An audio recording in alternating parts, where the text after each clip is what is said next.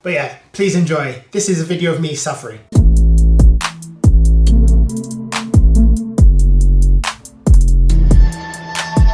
What's up guys, this is episode 4 and day 3 of the Training Like Goku series. I hope you guys are doing good. It is leg day today and I'm a bit worried. Like, leg day is usually one of the hardest ones. It takes a lot out of me, so we'll see how we get on with this one. We're almost halfway through the first round of push day, pull day, leg day, so we'll see how this goes. I'm feeling alright. I got a better sleep yesterday compared to the day before, so I'm a little bit more energized, but you guys know the drill already. We eat, we get changed, then we train. So let's do this. What's up YouTube? I am also back again. I am this guy, 1 week in the future, here to give you extra commentary on food, workouts, all that went well, all that didn't go well. So let's do this. And once again, I'm back to introduce the breakfast of champions. Here we've got porridge, a little bit of raisins to change it up for this week, and we've got boiled eggs for a change. So compared to the first 2 days, this is super clean eating. And that reminds me, if you haven't checked out episodes 1, 2, and 3 already, make sure you do, because they are important for you to understand what's going on in this one. Meal went down fine, good for energy, was ready for my leg day session. I'll put the calories and macros on the screen, but yeah. Basically, time to get changed and then go. Quick fit check, we are back with the orange and blue, different orange tech fleece. Actually, the top and the bottoms don't match with each other, they're different oranges. I got them at different times and they just happen to work together. But yeah, still keeping with the Goku theme, time to train. So I started off with some dynamic stretches before I started the leg day routine. Partly because I was still waiting for the squat rack to become free, and partly because I just wanted to make sure that I was loose and ready to get into the exercises. There's a lot of muscles in the leg, so it's always good to make sure they're all awake and ready. Exercise number 1 should come to no surprise to you guys, and that is the barbell squat. That's another staple exercise when it comes to strength training, and it is one of the big 3 lifts when it comes to the fitness world. Those being bench, deadlift, and squat. Most popular in powerlifting, but it tends to be what people ask you about first. What's your lifts when it comes to this, this, and that? In a similar way to push day number 1 when it came to bench press, I like to do some warm-up sets when I do my squats first. So I'll do a set with just the bar, for example, then I may add a 10 or a 20 on each side, do a set with that, then I may add a 10 on top of that, do a set with that until I get up to my working sets. Just a way for me to get used to the motion of the exercise again under load. We are going relatively heavy on our squats. Again, we're going to the 4 sets of 4 to 6 with a 3 to 5 minute break in between each set of our working sets anyway. As you can see, I am doing full range of motion. I'm going as low down as I can. Personally, that's just what I like to do with squats. I know not everybody does that. I will say though, it does give you that feeling that you're pushing up against gravity, because when you're at that bottom sticking point, it's peak. Squats is probably one of my favorite leg exercises for quads. I'd say when you're doing squats, make sure you brace your core, breathe in before you go down, lift up, then breathe out, then breathe in, go down, up, and then breathe out. That way it's easier to keep your core braced and your form doesn't break down throughout the exercise. Obviously there's plenty of videos on YouTube if you're looking for specific squat tips, so I'd say check those out also. But yeah, squats is definitely one of my favorite exercises, especially when it comes to loading the quads. So yeah, for me it was just fun. 4 sets of 6 and I was done. And really put me in a good mood for the rest of the session. Exercise number 2 is weighted walking lunges. So for me, this is probably one of the hardest exercises when it comes to like technicality, because I always find it hard to keep my balance when I'm walking, and it's something that I really need to practice if I'm being honest.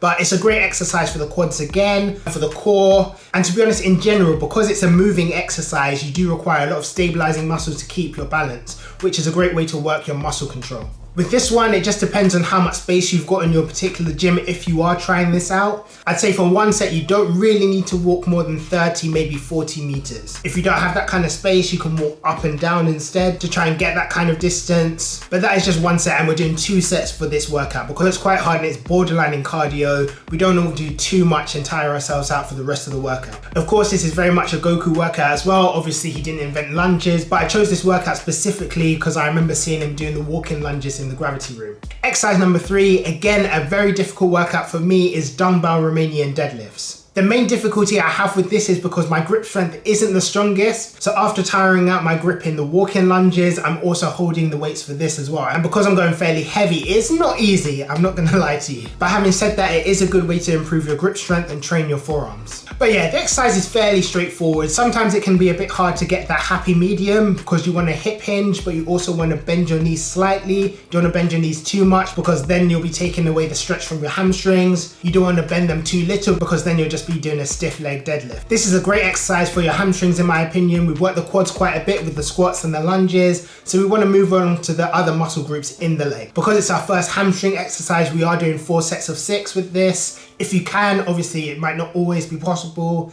aim between the 4 and 6 range and you're good to go. What I will say for one piece of advice, make sure you're not going down too low, because that means you're bringing your lower back into it, which isn't something you necessarily want to do. Because we're focusing specifically on hamstrings, we don't want to go that low and get back pain. Or at the very least, we're aiming for as little back pain as possible. Doubling up on our hamstring training, we've got hamstring curls next. Specifically for this one, I'm using prone or lying down hamstring curls. You can use the seated ones as well. There are slight differences in the workouts. With one, your hamstrings are going to be in the shortened position. With one, your hamstrings are going to be in the lengthened position. But they still have the same effect of working your hamstrings. You could do one or the other, you could do both, it's completely up to you. For this one, we are doing 3 sets of 4 to 6. I say aim to be explosive on your concentric and then control it on the way down. Make sure for all of your exercise, you are controlling your reps. That is the important thing, remember.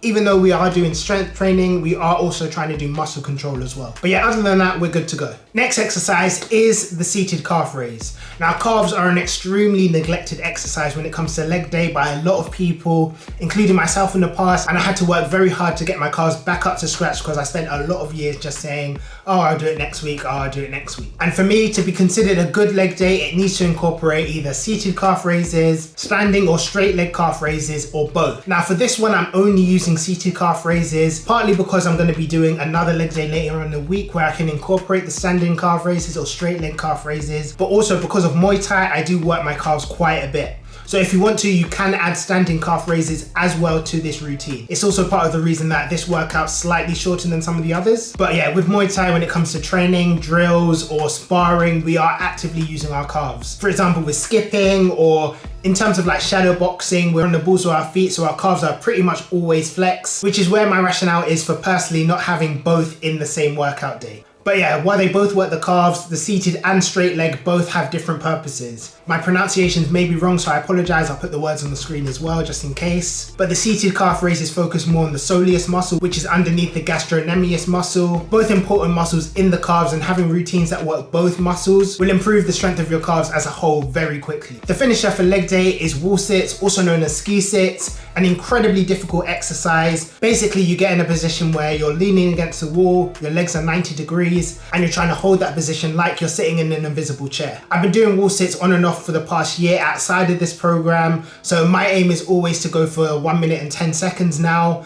I'm always slowly progressing it even more. We'll see what I get to at the end of this training session if I can improve it. But I'd say aim to hold it for as long as you can. This has been a hard workout, so if you're not used to doing wall sets, you may not be able to do it for as long as me. You may be able to do it for longer. Just depends. But what I will say is aim to progress every week. But yeah, that's the end of the first workout of the day. Finished off with some static leg stretches as a cool down, mainly to combat the tightness, especially in my quads and my calves. I was definitely feeling it after this session. It was a good one.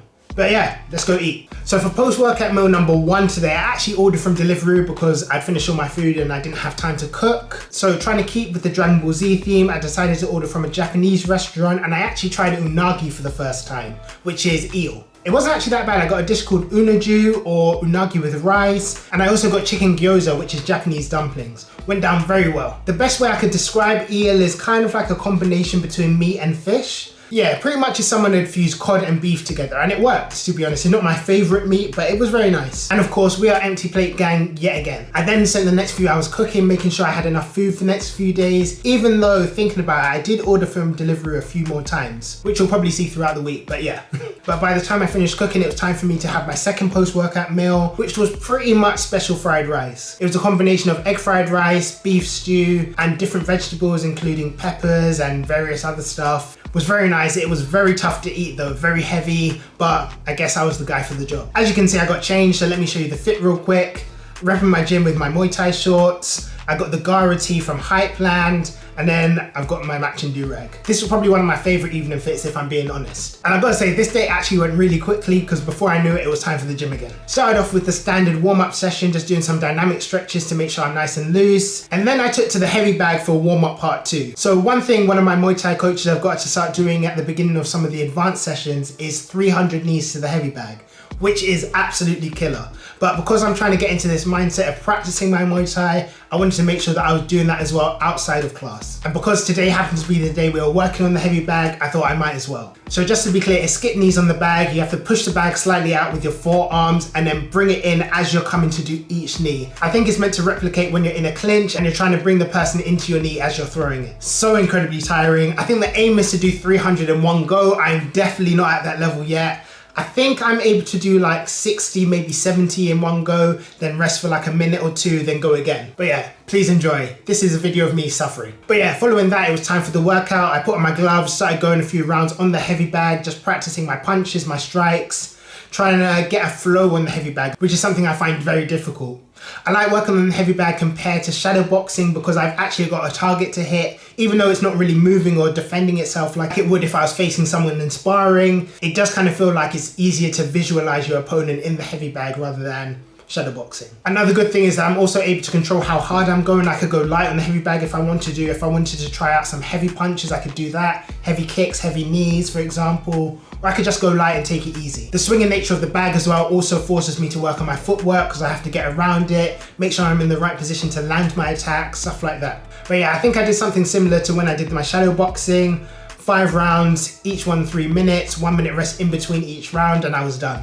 Following that, as with the previous 2 days, I went into core training. So the first exercise I did was hanging leg raises, which is pretty self-explanatory if I'm being honest. It's like standard straight leg raises, but you're holding it for as long as you can. Brilliant for core training. It forces you to engage your core. It's great for your hip flexors as well if you're looking to train that. As someone that does Muay Thai, it's very important for me to have strong hip flexors and flexible hip flexors. So yeah, for me, it works all around. Still Muay Thai training. I did 2 sets of that, held it for as long as I could, which wasn't especially long, but it's always good to try and improve each time. Because it's an isometric exercise, like with our wall sits earlier on in the day, it's very much a Goku workout because you are fighting gravity to try and stay up. Next exercise was upside down sit-ups, another Goku workout. You don't necessarily have to do this specifically if you don't have the facilities for it. Like you can see, I've got the monkey bars and I know the monkey bars will hold my weight. If you don't have that, you could also do sit-ups on the floor. It's the same kind of thing. What I will say is that the upside down ones give me more range of motion to go up and down. So in theory, you're working your abs slightly more. But this was more of a fun workout than anything else. It was great to work my core, I must say, but you don't necessarily have to do this specific sit-up. But yeah, that was the end of the second workout of the day. Finished off with some stretching, specifically around the hip flexors because they were starting to feel quite tight after leg day and then Muay Thai. It was very much needed. Also decided to work on my flexibility. As you can see, I'm trying to do the splits. I'm not quite there yet, but I am getting pretty close, I must say. But yeah, spent about 15-20 minutes stretching and then headed home to eat again. Why does it look like my bowl is like 95% cauliflower? There is rice under that, I do promise you. Basically, my meal was pork steaks, basmati rice, 2 eggs, and a whole heap of cauliflower apparently. I must admit, cauliflower is not my favorite vegetable, but the meal was still decent. It was a good way to finish the day, very filling, and yeah, as you can see, empty plate gang again. That's it. All right guys, so we are officially halfway through the Training Like Goku workouts and it's been a mad rush these past few days. The workouts have been great. It's been a lot of fun to try them out, but I am drained. But we go again tomorrow with a whole new set of workouts for push, pull and leg day. I'm excited to get them done. I'm gonna rest now. See you guys tomorrow. Let's do this. Peace.